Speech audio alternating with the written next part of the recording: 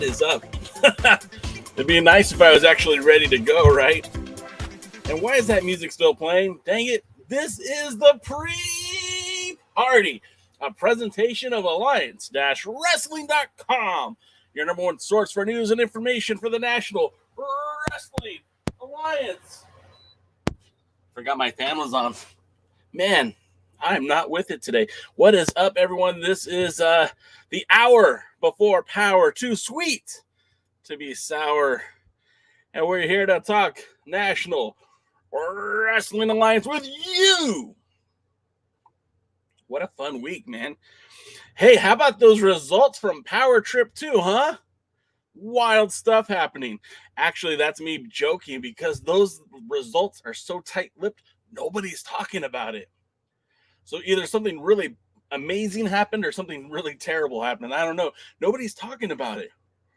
And I don't know if there's some sort of pact that the folks who went in attendance were told not to tweet about the results, not to share the results, but nothing.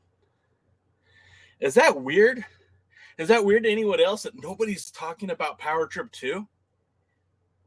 And I'm not saying that they're not talking about it in a bad way. It's just the results. Go to Cage Match. Go to Wrestling Source. There's no results for the show. No spoilers. You can't get them if you wanted them. And I think that's two things. Number one, it's cool. Don't get me wrong. It's cool because the fans have kept their mouths shut. No one's going to know about it. So when we watch on Power, we're all going to be surprised. And I think that's super, super cool. But at the same time, like, I remember going to Lucha Underground and having to sign like NDAs, right? Is that it? No disclosure forms or something, NDFs, whatever. I wasn't allowed to say what I saw when I went to Lucha Underground. We couldn't post the results on SoCal Uncensored. We couldn't tweet about it. We couldn't talk about it. And people still did. So why do you think they're not talking about what happened at Oak Grove, Kentucky? Why do you think Power Trip 2 is mum's the word? It's a little weird, right? I'm not the only one that thinks that, right? Sorry, I had something in my mouth there. Thank you, Wrestling with MMA, the NDA, no non-disclosure agreement. I promise I'm smarter than I sound on this podcast. Hello, one and all, to my friends. I see Bobby Batito's in the house. I've got Wrestling with the MMA. If you guys didn't check it out, Wrestling with MMA was with us last week on the podcast, on the pre-party. Excuse me, no, not the pre-party. See, maybe I am dumb. He was with us on the Alliance Guys podcast, filling in for DKM. Did an excellent job, brought some great insight. If you guys haven't seen it, it's still available on YouTube or on Twitch. Just go back and look at the videos. Really did appreciate him being there. Lamb is in the house. Lamb is my guy. I dream about Lamb. That's how much I love that guy. I see Terry McDermott's here. Welcome, Terry. Dave Scooby's in the house. Dave, yeah, I get it. Someone won, someone lost, maybe a DQ. I know you were there, but the crazy thing is nobody's talking about it. And I'm not trying to say that's a bad thing. I'm just saying, how loyal are these NWA fans that are going to the show and just, we're not talking about it. The first rule of NWA Power Trip, these premier live events, are you don't talk about the premier live events. The great Hisa here listening, and I think that's awesome. Thank you, sir.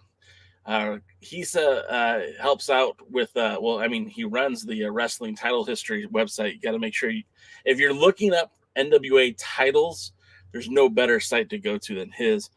I see Rick Del Santo just showed up, and I appreciate that as well. He said, and that's what I'm saying. Like, it's not, again, I'm not mad, right? It's not a bad thing. It's just, why is nobody talking about it? Like, why?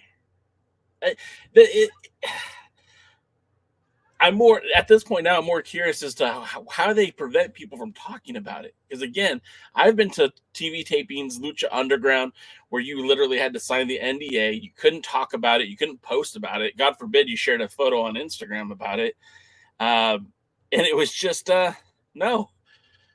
People still talked about it, even after signing these agreements. So And I mean, I've heard of other programs like, oh gosh, it was the, oh, I can't remember the guy's name now. I'm going to butcher it, so I might as well just keep moving. But there was the show a few years ago where, uh, gosh, I can't remember any of the names, the producers. It was like Wrestling Retribution or something like that. And they put a bunch of gimmick names on guys you already knew, like Brian Cage, Adam Pearce, Machine Gun, Carl the Machine Gun Anderson. It kind of predated Lucha Underground, but it had a similar like storyline, story-driven universe, and it never saw the light of day. But they recorded it. Everyone who was in attendance had to sign these NDAs, and it never even came out. So it's like, yes, Sean, Jeff Katz's promotion. That's it. Jeff Katz came out with this wrestling promotion. And in theory, it was pretty cool. I mean, they had a lot of great talents on the card. A lot of people who are now working for AEW, including the Young Bucks. It had, like I said, Adam Pearce, Carl the Machine Gun Anderson, Joey Ryan, Luke Gallows. There was a lot of Brian Cage, LA Knight. And it never even came to fruition, but there was a lot of NDAs, and the talent couldn't say. The talent couldn't, excuse me, not the talent, the fans couldn't report what was going on. A lot of it came out after the fact. All of this is for the reason of saying Power Trip 2 is like, it happened. We know it happened, but there's been like nothing. Mum's the word about it. So yeah. Rick Del Santo says his feet stink, and I all right, Rick, thanks for sharing that. Lamb says even better because people will talk more about it when it finally airs. I mean, yeah, theoretically, right? Like that should drive people to be excited about it. I mean, look, there are some matches up there that, again, I wasn't overly excited about the card, but there were some matches that looked really good, like Tom Latimer versus Rhett Titus, and also Harry Smith versus Mike Knox looked really good on paper. So yeah, I mean, and then of course the title match in which Shawn Mega says that means Homicide retained. We don't know, and since no one's announcing it, I'm assuming as of right now that Homicide is still your World Junior Heavyweight Champion. And I got to believe that was the result, because I think if Colby won, I think someone would have been talking about it. Probably shouldn't put my drink on top of the desktop. Terry McDermott says only 50 to go. Right, guys, we're so close to 1,000. It's almost sickening. I do appreciate everyone who signed up and subscribed to this channel. If this is your first time watching this podcast, I'm not normally this ill prepared. I don't know. I feel like I'm failing pretty hard today, but that's all right. We learn from our mistakes. But if this is your first time watching this podcast, thanks for being here. You can hit that subscribe button and never miss another episode. I've been putting up a lot of content, a lot of these shorts, the YouTube shorts of just video from clips from matches or entrances from wrestling shows I've been at over the last few years. I found a lot of WWE footage that I shot at a house show, so you'll see some more of that stuff coming up. And just promos, wrestling, all that fun stuff. I've been very fortunate to be invited to be at a lot of wrestling promotions, mainly United Wrestling Network, and being allowed to be in that back area, backstage area. Thank you. I couldn't think of the word. And it afforded me the opportunity to take photos and video of things that a lot of people might not have ever seen.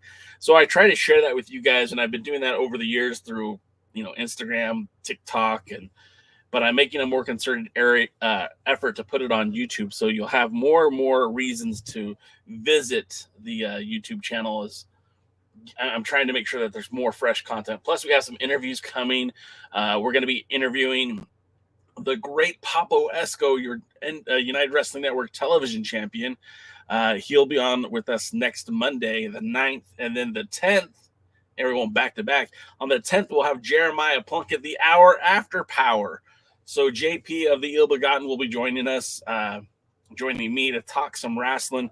We'll be doing that in the next few weeks.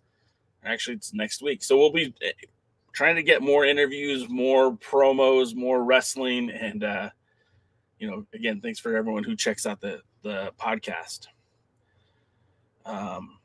Bobby Petito says he'd like to see Sam Shaw. He'd like to see Sam Shaw back in the NWA. And I'm sorry if I sound distracted. It's because I am. I did a poll yesterday on Instagram, and I want to go check the results right now. We'll see what people said. I know this makes for great radio, right? Great TV, great video. If I could even talk today. And that's it. That's the end of the podcast. Thanks, guys. Thanks for tuning in.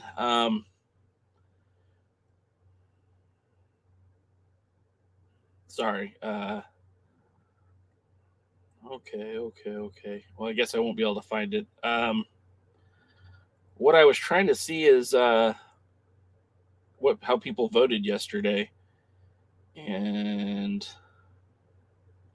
so far, man, I should have had this more prepared. There it is.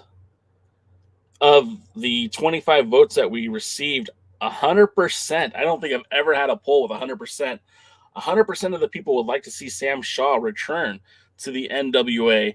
The last time we had Sam Shaw in the National Wrestling Alliance, it was at the 70th anniversary show when he challenged Willie Mack. Excuse me, not at the 70th anniversary show. Yeah, the 70th anniversary show where he was part of the national title tournament matches to crown a new national champion. And then he actually challenged Willie Mack on an episode of Championship Wrestling from Hollywood for that national title. And then shortly after that, he ended up going to the WWE. Now that he's been released from his contract, you got to think there isn't a whole lot of places that that Sam Shaw could go. I mean, he could return to Impact. He could return to the NWA. I'm not sure if AEW is considering him. I know as the borders open up in Japan, I mean, I think a guy like him could go over very well in a promotion like All Japan or Noah, maybe even New Japan, but I'm not entirely sure about that. So we'll just have to wait and see. But 100%, 25 of our viewers of our Instagram account voted that they would like to see him return. So hopefully, the NWA is listening and Sam Shaw could find his way back into the NWA. Sorry if I seem a little rattled, guys. I don't know what's going on myself. But tonight we do have, of course, we are marching to Alwayz Ready, which will be live on pay-per-view Saturday, June 11th. From the Knoxville Convention Center. June 11th is going to come up so much quicker than you guys can imagine. It's May 3rd. Today is May 3rd. June 11th is just a month away. And tickets are already on sale. So make sure that if you're going to be a part of this, you want to get your tickets early and often. The tickets already went on sale. So go to nwatix.com for your tickets. Again, we know that Matt Cardona will be there, unlike Power Trip 2. He'll be there to assumingly defend the 10 pounds of gold. One of the questions that we were debating earlier this week, Mr. DKM and myself off of course, a live chat, was what is the NWA doing right?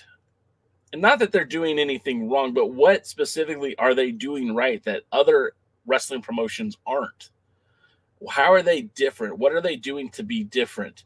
And I was curious as to what you guys thought. So we're going to keep talking about the show, but leave a comment either in the live chat or in the comment sections below and tell me what you think the NWA is doing better than anyone else right now. I'm curious as to what your thought is. And there is no wrong answer. These are your opinions. So please let me know what your opinion is because I'm curious. Now, hang on just one second because I turned off my fan, but then it got hot. So now I'm turning it on lower. And so I'm going to go through some more of your comments before we get to the big start talk. Wow. You guys are literally seeing me have a breakdown right now. I don't know what's going on. My brain is not functioning properly. If I have a stroke later, you guys will know that you witnessed it live on YouTube or on twitch.tv. Let's see. Sean Mega says, I was going to bring up, you know what, but it's not the right time or platform. What do you mean, Sean? It's always a good time to bring it up. I don't know what you're talking about, though. Tom Latimer called out Dane on NWA USA. Now, that would be a great bout. Oh, man, that would be a lot of fun. Love to see that matchup. I hope that does come to fruition. Maybe we'll see that at Alwayz Ready. I think that's going to be fun. Lamb says, King Fat Boy. That's right. Papo Esco will be on this podcast next Monday. You know, he's a former United Wrestling Network World Tag Team Champion. He's holding the television title. You know, he also wrestles for Pro Wrestling Revolution, where he held their open weight title. I'm not sure if he still has that. We'll talk to him about Pro Wrestling Revolution. We'll talk to him about PCW Ultra. We'll talk about the Bodega. We'll talk about 5150 and everything else with Papo Esco. He's a pretty cool dude, so I can't wait to talk to him. And then our boy Wrestling with MMA, Jeremy, says that he's excited to see Jeremiah Plunkett. That'll be an awesome interview. I'll already tell you this, man. At the Crockett Cup, I got to sit in a restaurant at midnight with Jeremiah Plunkett, and we were just talking about the good old days of the NWA. And it was, I mean, that's the first time I've ever met Jeremiah Plunkett. It felt like meeting an old friend. We literally talked for like 40 minutes. Gary Horn was right there next to us, and he took off, and we didn't even miss him. No offense to Gary Horn, but just a huge fan of Jeremiah Plunkett. And what's crazy is that dude told me he was following this website when he got out of high school. If you want to make me feel old, say stuff like that. Wrestling with the MMA says he'd like to see Sam Shaw back in the NWA. Fiona's in the house. What's up, Fiona? Sean Mega says the NWA Power taping in Nashville is the same week as Slammiversary. What if there's some crossover there? That'd be interesting, right? Bobby Petito says Mims cut a 60-second promo on NWA USA last Saturday. I never get to watch NWA USA on Saturdays. I always end up watching it before the podcast on Thursday. It just seems to work out that way, but I am looking forward to it. I know that Marche Rocket challenged my boy Jack Sane for that national championship, so I'm looking forward to seeing that. Sean Mega, Bobby Petito, leave your comments in the about what they should do, not in the chat, but in the comment section, because I want to read them later. Lamb says, do they run an autopilot? What was the point of Briscoes winning the Crockett Cup and losing on Power because they couldn't book Briscoes for the next pay-per-view, which they didn't finalize yet? Lamb, I know that seems like that door might be closed on the Briscoes and the NWA, but I don't think that's what it is. I think, honestly, like what we saw with the OG Kingdom, like they came back and were part of the Crockett Cup.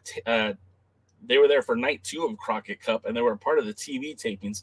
I don't think that because the Briscoes didn't make the next Power Trip, I don't think that puts them out of title contention. In fact, if anything, I think that matchup was so good on Power that a lot of people are looking forward to seeing a part 2 or maybe even a 3 or 4.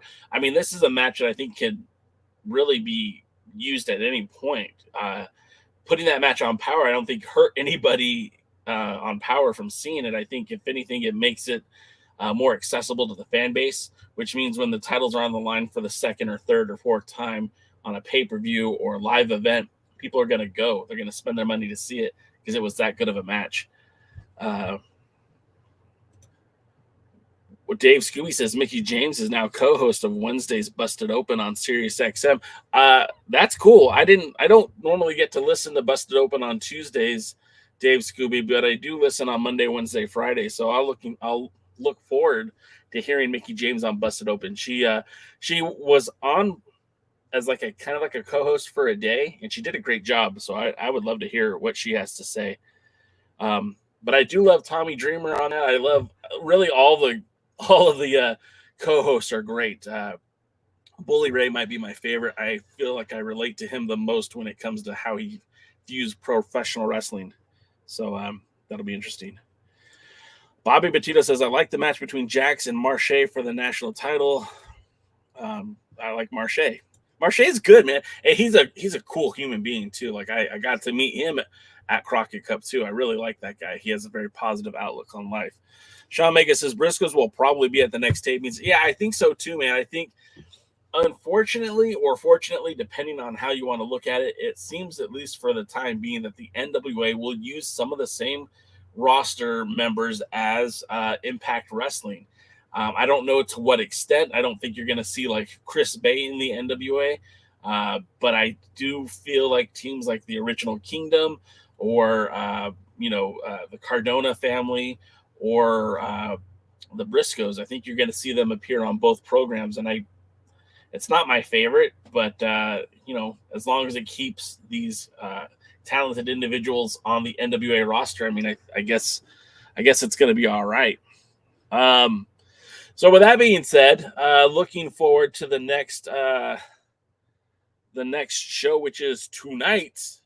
You already, if you're part of the NWA Platinum package, whatever, then you've been enjoying a lot of the NWA pay-per-views, and of course you get to enjoy NWA Power one night early, and tonight is no different.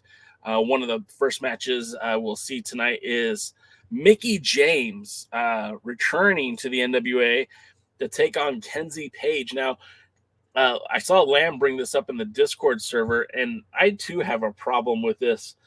Last week, Mickie James was talking about having to wrestle Natalia Markova. So why is this match with Kenzie Paige what we're getting this week? It seems to me, and I'm no big city wrestling booker, but it seems to me that this is the kind of thing that, again, could have been taken care of in post. This is a match that if this is what they were going to do, if they were going to the plan was always to have Kenzie Paige versus Mickie James come on first, well then, by all means, that should have been what the talking points should have been. The promo should have been about facing Kenzie Paige, not against Natalia Markova. This is the stuff that I really feel is going to hurt the brand in the long run. This isn't a budgeting issue. This isn't even a storyline booking issue. This is just continuity issue, and it's so easy to fix. You have a destination of where you want to take the show. You have a point Z of where the storyline should finish, and you should have this mapped out a little bit better. They did it a couple of weeks ago too, with having Angelina Love debut on NWA USA ahead of her debut on Power. The debut on NWA USA was a throwaway match that nobody really hyped up. Her debut on Power was a big deal. She was signed. They made an announcement. They had her cut a promo. And this is the kind of stuff that it just drives me absolutely nuts. So if you're going to put this match together, which it's going to be a good match, Kenzie Paige is getting better every time she's out there.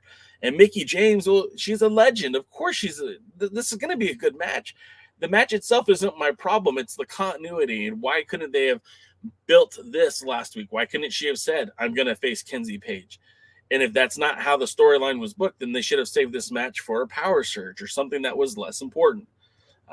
That's just me. That's just how I feel. If you don't like it, you can send the letters to the editor. The next, some of your comments. Hey, Willie's here. What's up, Willie? Let's see. Sean Mega says that's why you need a booking team. See, and I don't think this is even the booking situation. I really don't. I feel like this is just, we need to fill this show with some matches. Hey, this will be a good match. I really feel like someone should be following Billy with a pen and paper and saying, okay, boss, you want to go here. Tell me how you want to get there. And then they go back and forth and plan this match and this match and this match. And then that follows your taping schedule. I don't think it's hard. You don't have to reinvent the wheel. Dave Scooby said it right there. Power and USA don't line up. Follow the storyboard and make it make sense. It's very simple. It's very, very simple. And Bobby says maybe they're saving Mickie James versus Natalia Markova for a later date. And Bobby, they probably are. It probably, I mean, you could ask Dave Scooby. He'd probably tell you offline. That match probably happened at the TV tapings. It probably did. But the fact of the matter is, like, it should line up. And it's not hard to do that. I don't care that they're saving the match. Look, it's going to be a good match any which way but loose. I just feel like the continuity is not there, and that hurts the brand. We have to stop making excuses for the NWA because it's still kind of a startup. It started up in 2017. That was 5 years ago in October. It'll be 5 years. Now, there was a pandemic pause. Okay. But that just means that they should have done a better job of building an infrastructure during the pandemic. And if they don't have these things in place now, or then, they should definitely have them in place now. There's enough people who are working for the NWA that these things shouldn't be falling through the cracks. Thank you, Lamb. Thank you. All right, let's go back to the rest of the show. Of course, I think this will probably actually start the show, but if it doesn't, it should. Mims versus Tyrus in the Slam Challenge. Now, again, this was another one of those continuity issues. These are the things that drive me nuts. Because last week, as the show was going towards close, they said, late breaking news, we're not even sure if Mims is going to accept the challenge of Tyrus for the Body Slam Challenge. What? As I understood, Austin Idol said, if you want a shot at the television title, if you want a shot at Tyrus Smash, you're going to have to go through this Body Slam Challenge. And that's okay. It's silly, but I get it. It's a reason to keep Tyrus on TV without actually having to have him wrestle. It makes him seem strong and intimidating without putting him in the ring. It really extends his title run without him having to do much of anything. We saw Scion get blasted with the news that he is actually the son of Austin Idol, and then they kind of pretend like that didn't happen. And then he got beat up. The Body Slam Challenge didn't even come to fruition because the third effort, he got beat up by Tyrus. So now Mims is going to walk into this thing. Last week, Mims said he wanted, or 2 weeks ago, Mims said he wanted to challenge. He wanted to do it. Last week, Idol Mania Sports Management with Black G's said that they accepted. Then Joe Galley said that it isn't for sure, isn't 100%, and now it's advertised for this week. So bottom line is, come on, guys. You do better than this. And I usually save the criticism. For Thursday nights, but come on, man. I want to be hyped about this show. I do. I want to be excited, but you can't even keep insulting me by having this stupid, continuity problems, a stupid, it's not booked, it is booked. Just go with it, man. It doesn't have to be this complicated. Dave Scooby says, I think they insert a Power Surge episode that throws off the storyline by 1 to 2 weeks. Lamb says, the 20-year plan, it's a marathon, not a race, damn it. Chris says, Billy didn't even want the NWA. He wanted Impact, but settled for it. I mean, look, there's some truth to that. But he does recognize the asset that the NWA has. And I do feel like he's built value in the NWA. Look, where the NWA was in 2016 versus where the NWA is now in 2022, it's night and day. Let's not credit the president. You have to give him his flowers. He has made the NWA a lot more relevant, whether it be using Nick Aldis to drive that title for the his first run all over the world, whether it be because of All In and Cody winning the title, or if you want to put it back with the 74th anniversary and Empower, or if you want to give it to Matt Cardona winning that Power Trip. The NWA is in a much more stable place and a much more valuable place today than it was in 2016. However, could it be further? Shouldn't it be further? I don't know. Bobby Batista wants us to know that Killian King is wrestling against Christy James at Coastal Championship Wrestling on May 7th. I'm good with that. That should be a fun match. Lamb says Impact tapes 2 to 3 days of TV, and you see a red line through the show. Impact rules, just like the fixtures, apparently. Lamb, you're out there, man. Terry says she may show up and disrupt the match, and that's cool. I mean, but again, the foreshadowing shouldn't have been in the promo; like it should be in the match.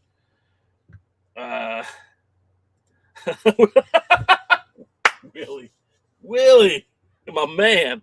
Tyrus should be body slamming a rhubarb pie. Oh, you don't think he isn't? Come on now. Chris says, cut that 20-year plan garbage. Do you think Billy would have a 20-year plan if he owned Impact? I don't know who had that 20-year plan. I don't know if that was a Lagana thing or a Billy thing. The fact of the matter is there's so many things you can't account for. They could not, there's no way they could have accounted for the success that All In and how many eyeballs that All In would bring to the brand. And I know there's a lot of people out there saying, oh, yeah, I started watching when Billy bought the NWA. But let's be honest, there's a lot of people who started watching this show, this brand, when the Bucks and Cody started appearing on episodes of the 10 Pounds of Gold, period. And there's nothing wrong with that, by the way. That's not an insult. That's awesome. You found the show one way or the other, and it's awesome you're here.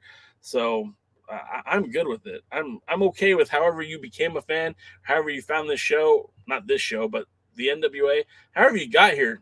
I'm just glad you're here. I'm sure they are too. The next matchup, we didn't really talk too much about this, but Mims, this is the time to have Mims body slam Tyrus. Let's get this match going. Mims deserves an opportunity to showcase his talents against some better competition. Now, whether he wins, loses, draws, whatever with Tyrus, the fact that the belt's being defended, I think, is a good thing.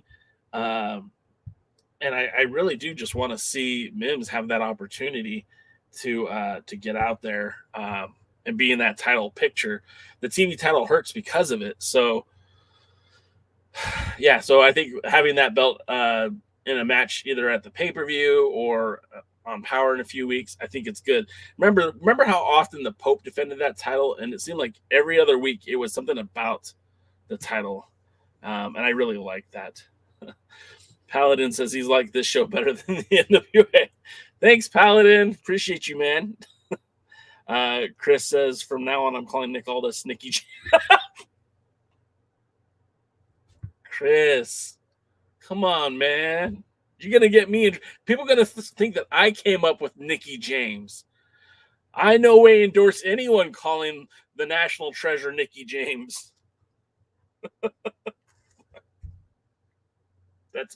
That's awesome, Chris. Good job.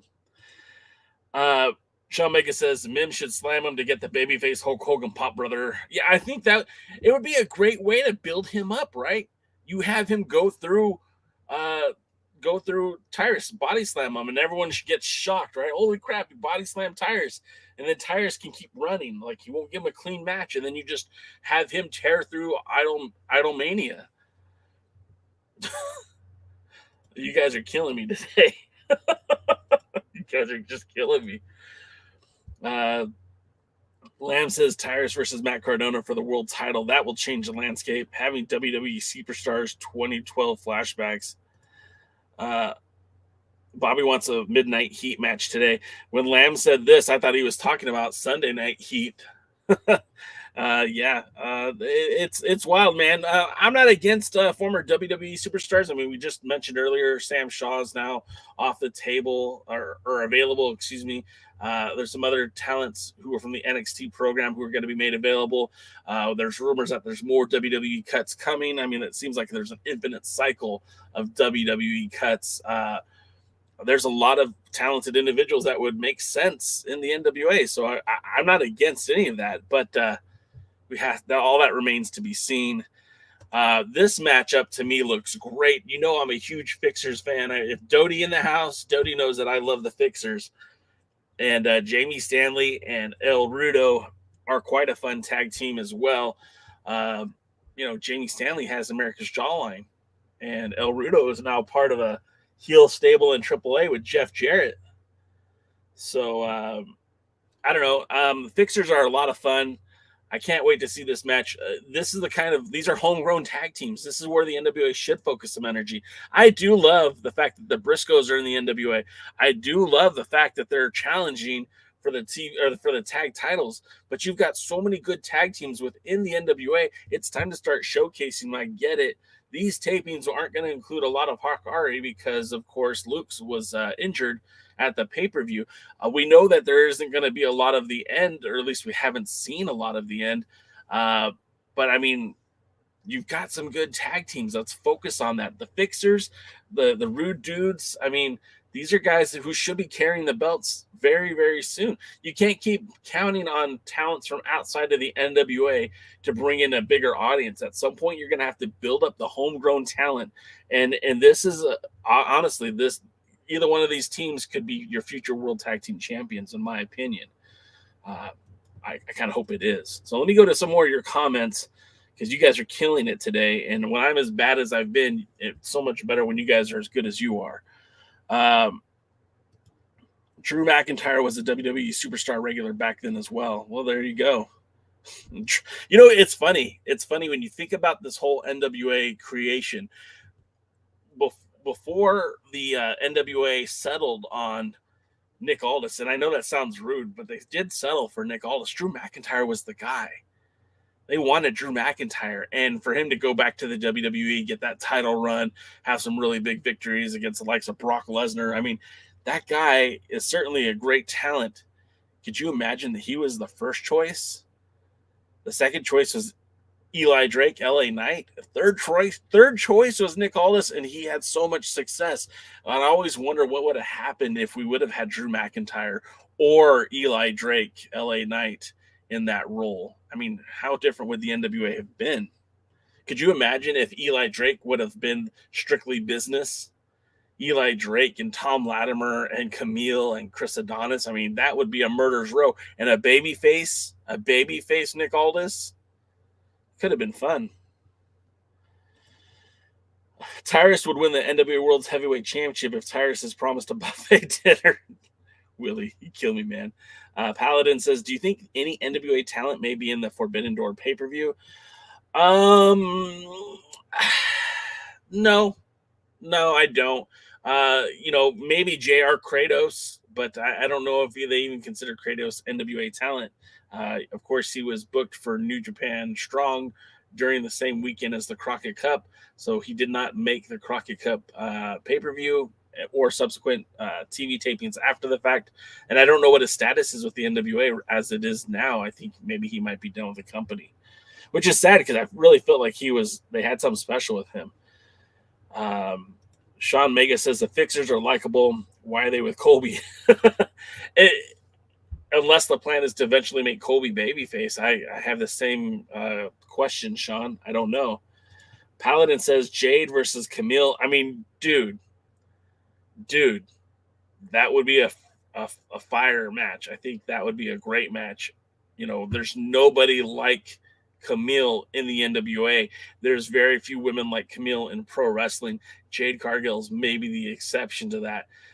Unfortunately, I don't think Jade is a great wrestler. I don't feel like Camille is great, but she's getting better every day. And I feel like a matchup between the two might lack something because Camille is getting very, very, very good. And I want to make sure that is where the message is being received. Camille is getting very, very good. I don't think that she's great yet, but I don't think she is even peaked. As she continues to wrestle top tier talents, she's going to get better. A match between the two, I think, might be lacking something. I would like to see if we're going to have Camille wrestle outside talent again. She'll hopefully lock horns with Taya Valkyrie again in XPW on June 25th.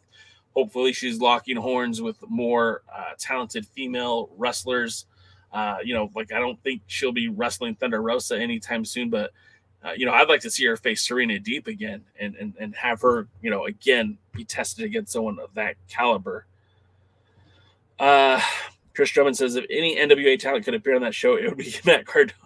Yeah, because Cardona is everywhere. No, I mean, look, if you think about talent from New Japan, who've appeared in the NWA. I mean, at this point, there is none, right?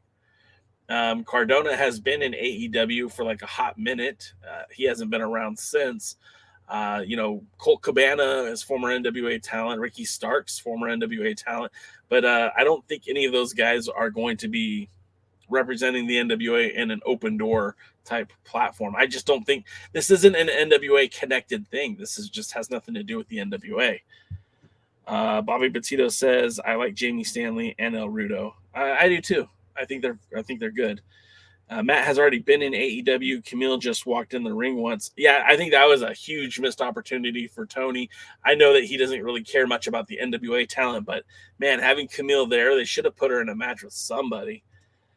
Lamb points out again that Lightning One Era doesn't really care about tag team wrestling, but they should, because they have a great division if they actually used it the right way, right? Sean Mega still says that Angelina Love will be the one to throw Camille. If not Mickie James, Corgan is obviously a huge fan. I don't know what it is about Angelina Love that I don't think she's all that great. I mean, I liked Melina better than Angelina Love. Is that going to get me heat with the boys? Maybe. Heather Monroe. I once sat next to Heather Monroe on a 16-hour flight to China. For a couple hours, we talked about her then boyfriend. We talked about wrestling. We talked about what got her into the business. I think very highly of Heather Monroe.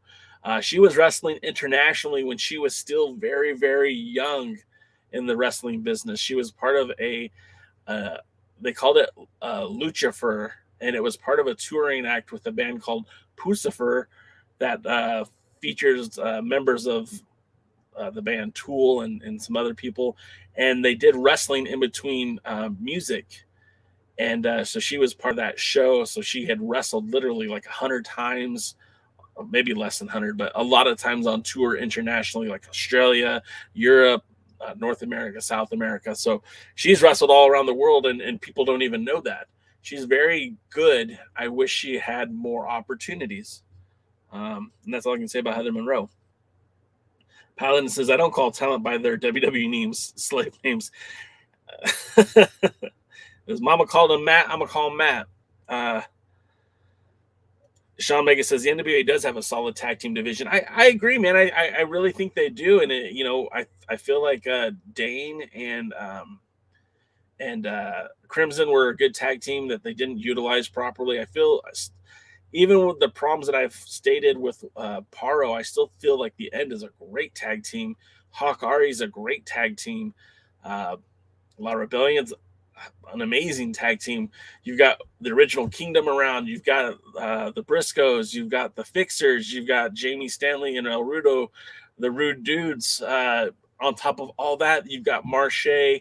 Really, with anybody in Idolmania, you've got the Ill Begotten. I mean, there's so many good tag teams. That's one of the things I feel like is their strengths in the NWA. They just don't know how to use it. He says, I know Corgan is the head booker, but maybe they have so many producers that things are disorganized. Yeah, I mean, 100%, but still, they need to tighten the ship. They need to tighten it down. Willie Bone says, no, shall make it that. Oh, my God.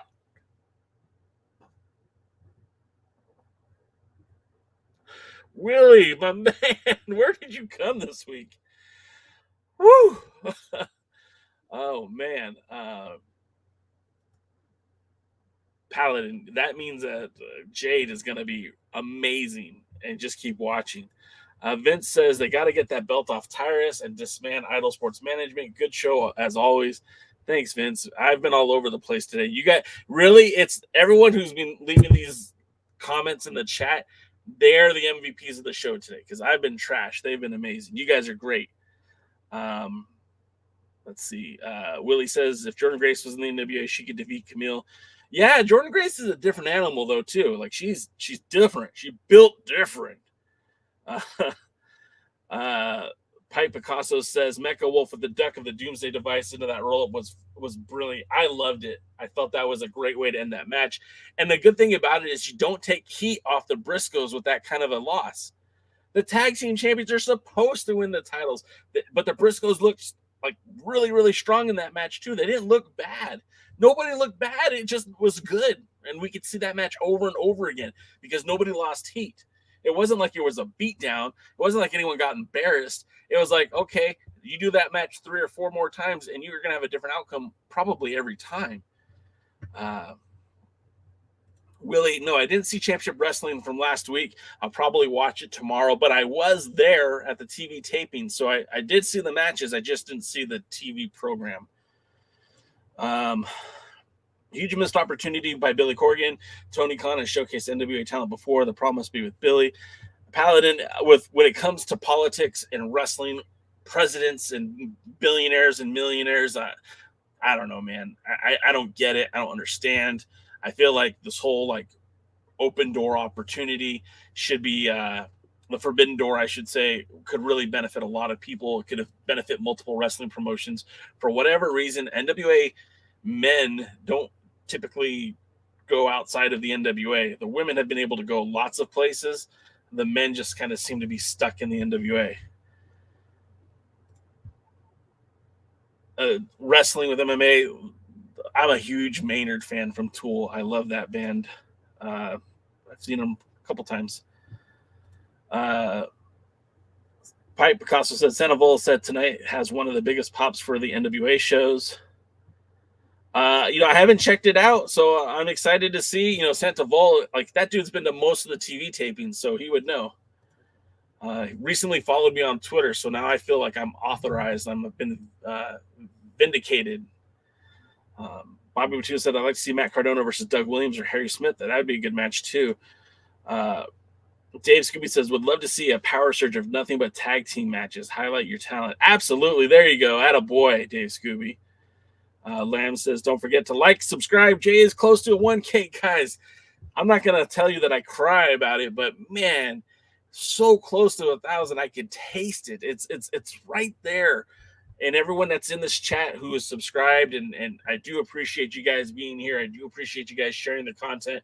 I thank you from the bottom of my heart. When we hit to 1,000, things are going to get kicked up a notch.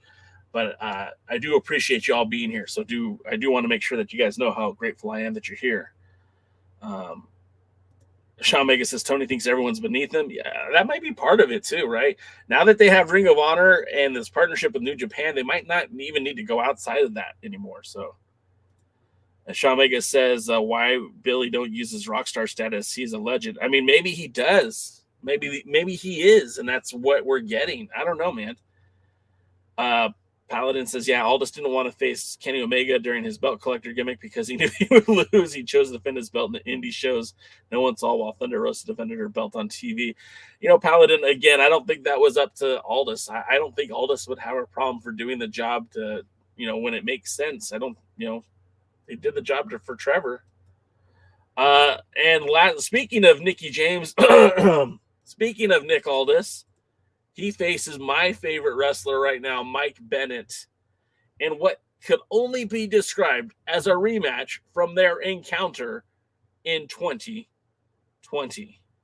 Now, these two faced off at the first Primetime Live episode. They did a 10 pounds of gold about it. It was such a unique opportunity because at the time, Mike Bennett was still fresh from his release from the WWE. It was literally his first match back on the indies. He had told Dave Marquez that like those couple matches he had wrestled for Primetime Live were the only matches that the only opportunities he had to make money for his family during the cruel 2020 global pandemic that was COVID. And I say it's still around. I'm not trying to say that it's not here or diminish what it is. But obviously things are a lot different today than they were 2 years ago. So for those matches that he had against Nick Aldis that really kicked off Primetime Live, I know he is forever grateful to Dave Marquez for getting those matches booked. And, of course, he'd come back for Primetime Live and wrestle against guys like I think he wrestled Kevin Martinson. And now I think I want to say he wrestled Davey Boy Smith. I know he wrestled Kratos. It really earned a lot of people's respect with this match that he had with Nick Aldis. I was the only person not being paid. I was the only fan in attendance at that first episode of Primetime Live. It's one of the feathers in my cap that I'll always cherish, that I got to drive down to Thunder Studios in Long Beach, California, and be a part of those TV tapings as the only fan in the building, and watching that match live and seeing, you know, the beautiful Ariya, and I didn't even know that Camille was there, and see her pop up. It was incredible. So the whole thing was a lot of fun. I think it was an amazing match, and I know that they're going to have a great match tonight. I'm not a Nick Aldis hater. I think he's a very talented athlete. I just like to see him not to be in the title picture for now. So that's my point. Bobby Petito says that was my favorite match of 2020. Mine too. I really did enjoy that match, Bobby. I think it was a really good one. Wrestling with MMA says Bennett versus Aldis is one of my all-time favorites. Absolutely. It was a fun match. It was really, really good match. Lamb said that match today will definitely be better than their Primetime Live match. Yeah, Lamb. I mean, if you want to bring up some, you know, old bad memories, that match did get a bit rushed. They didn't get to do everything they wanted to. It was a shame that things didn't work out the way that they wanted, but it was also their first live taping for Primetime Live. So Shad is my guy. You guys don't know, Shad's been following this website podcast thing for quite some time, so it's cool to see him in. Shad is one of the only people that have an Alliance blog polos. So yeah.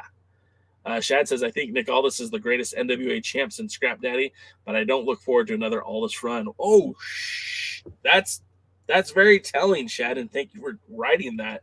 That means so much, right? Now, everyone, listen to what he said. He's the greatest champion since Scrap Iron Adam Pearce. Now, if you guys don't know, a lot of us really revere what Adam Pearce did for the NWA as world champion.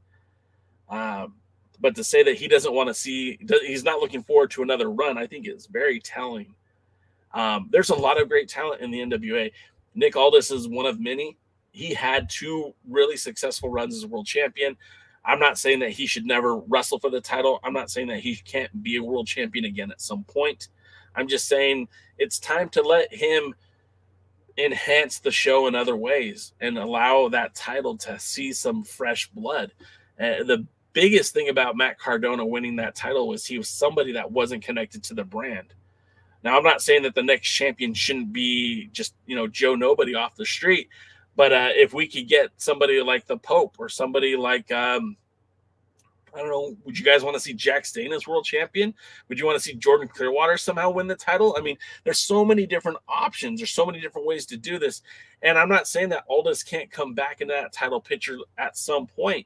It just, we don't need him to. This isn't 2017. You have more options. Willie Bowen's bringing out the All Japan love for Kento Miyahara and the Triple Crown against Matt Cardona. I mean, I think that's a losing effort for Matt Cardona. I don't think he's going to beat Miyahara, but we'll see. Bobby Petito says Mike Bennett has wrestled against Nick Aldis and JR Kratos and Sean Daivari and Kevin Martinson on Primetime Live. Thank you, Bobby. Yeah, I knew he wrestled a couple, and he wrestled against Chris Dickinson in the finals, and he wrestled against Jonathan Gresham in Atlanta. So, I mean, Bennett did a lot when he was a part of the United Wrestling Network.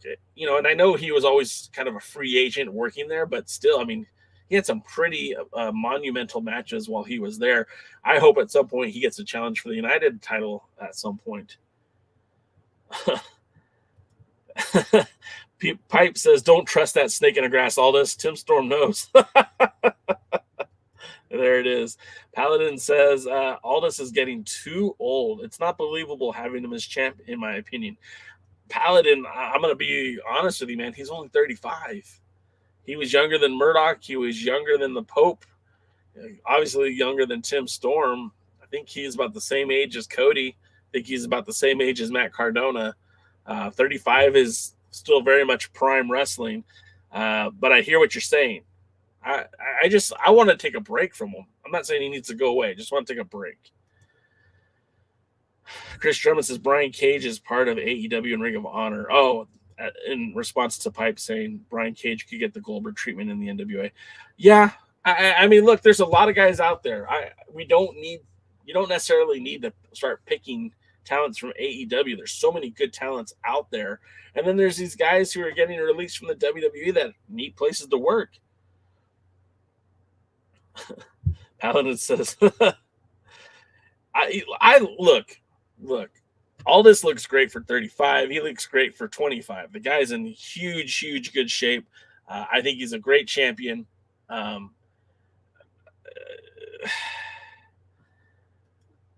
Hisa says Aldis is to what Cena was to the WWE and Tanahashi was to New Japan.